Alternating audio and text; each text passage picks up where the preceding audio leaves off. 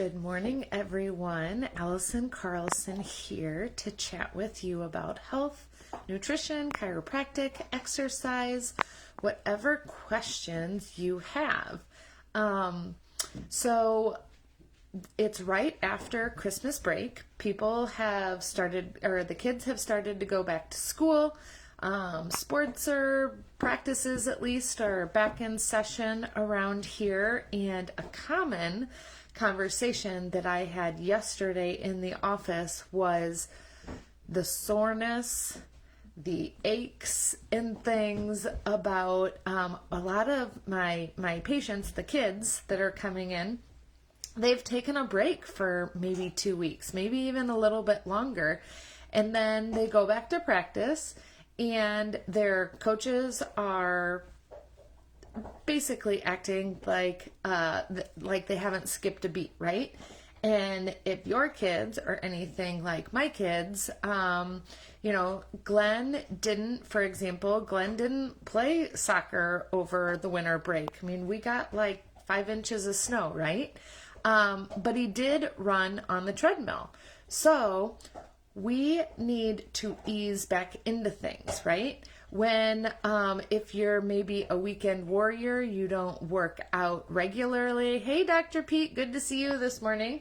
But so if you don't exercise regularly, if you are doing a new activity, it is always good to get back in the swing of things. It's always good to move your body and challenge it in ways that we haven't, but we also need to give ourselves a little bit more grace. So after Glenn did his soccer practice, we increased, honestly, I adjusted him afterwards to make sure his body was nice and balanced and that his zones were all clear.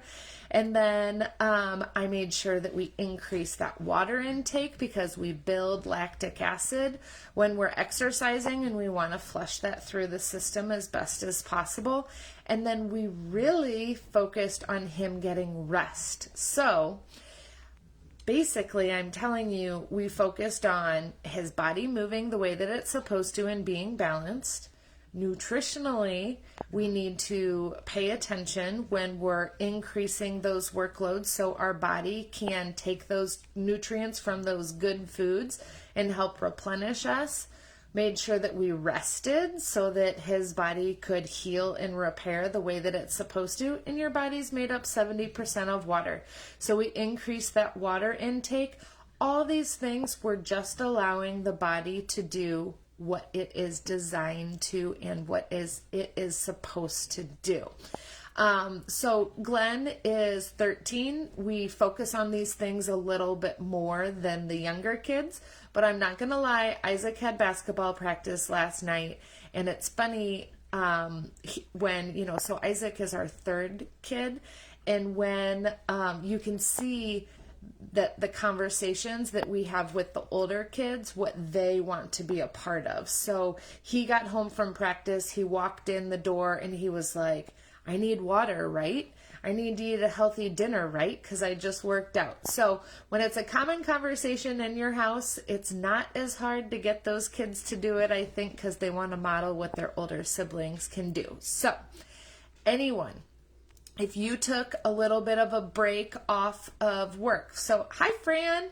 Fran's a perfect example. Fran's a hairdresser. She was my hairdresser growing up.